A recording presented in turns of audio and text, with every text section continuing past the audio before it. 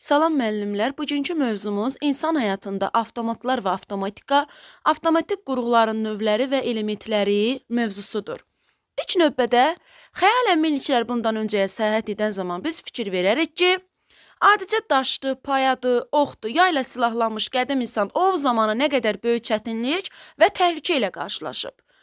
Və bunun üçün də müəyyən işlər görülüb. Gəlin görək müəllimlər, cələn nədir? Cələ tələ növünə deyilir. Bəs avtomat, yəni avtomatik qurğu cihaz nədir? Avtomat, insanın müdaxiləsi olmadan məqsədyönlü fəaliyyət göstərə bilən texniki qurğuya deyilir. Necə qurğuya deyilir? Texniki qurğuya deyilir. Və belə cihazlardan da gündəlik həyatımızda geniş istifadə edirik. Bəs turniket nədir müəllimlər? Turniket, jeton və kartla işləyən, fırlanan xaçvari qurğusu olan nəzarət cihazına deyilir.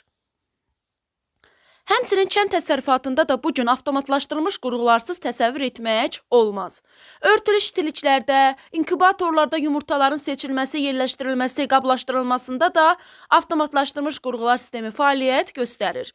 Bəs avtomatika nədir? Elmin və texnikanın avtomatlaşdırılmış qurğuların quruluşunu və işlənmə nəzəriyyəsini öyrənən sahəsinə avtomatika deyilir.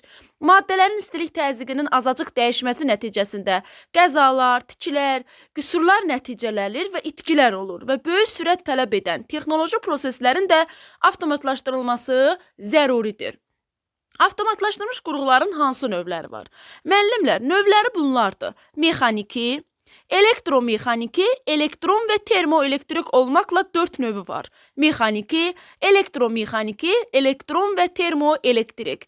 Ən çox yayılanı isə elektromexaniki ilə elektron cihazlar, yəni kompüterlər olanlarıdır.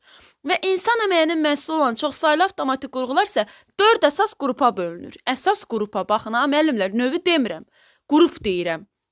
Avtomat nəzarət, avtomat mühafizə, tənzimləmə və idarə etmə qurğuları. Növ desəm, mexaniki, elektromexaniki, elektron, termoelektrik. 4 əsas qrup deyirəmsə, avtomat nəzarət, mühafizə, tənzimləmə və idarə etmə qurğuları. Hər bir avtomatlaşdırılmış qurğuda ötürücü, gücləndirici, icredici və istehsal mexanizmləri vardır. Ötürücü, avtomat qurğunun işığa, istiliyə, təzyiqə, səsə, rütubətə, sürətə reaksiya verən hissiyatlı elementinə deyilir. Və əksər hallarda da onlar bu təsirləri ölçülüyə, ötürməyə, idarə etməyə rahat gələn elektrik siqnallarına da çevrilir. Və ötürücülərin müasir maşınların özünə məxsus gözləri, qulaqları və həssas barmaqları da adlandırılır. Əgər siqnal zəifdirsə, onlar xüsusi qurğular, yəni gücləndiricilərlə artırılır və elektrik siqnallarının gücləndirilməsi üçün isə elektrogücləndiricilərdən istifadə edilir. Nədən istifadə edilir? Elektron gücləndiricilərdən. Bəs pilləvari gücləndirmə nədir? Elektromaqnit relə vasitəsilə icra edilir. Deməli, pilləvari gücləndirmə elektromaqnit relə vasitəsilə də icra edilir. İşçi orqanların hərəkətə gətirilməsi elektromaqnit və elektrik mühərrikləri vasitəsilə həyata keçirilir və avtomat nəzarətdə siqnal müşahidə və qavramı üçün rahatlaşır. Avtomatlaşmış qurğulu elementləri ilə yaxından tanış olmaq istəsək, biz avtomat nəzarət modeli üzərində də müəyyən hissələrə diqqət yetirə bilərik. Bu avtomat qurğuda siqnal ötürücü üzgəcdir. Nədir? Ötürücü üzgəcdir. Gücləndirici isə xüsusi qol ilə üzgəcə bağlanmışdır.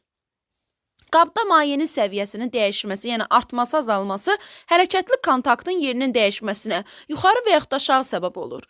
Mayenin mümkün olan aşağı səviyyəsinə kontaktlar qapanır, yəni qırmızı lampa yanacaq. Səviyyənin ən yüksək nöqtəsində isə kontaktları qapanır, yaşıl lampa yanır.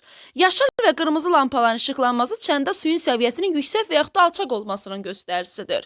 Yüksək olanda yaşıl, alçaq olanda qırmızı lampa yanır. Və belə qurğuların siqnal lampaları rahat yerdə də quraşdırılır. Belə müəllimlər, dərsimizin izahı bu qədər.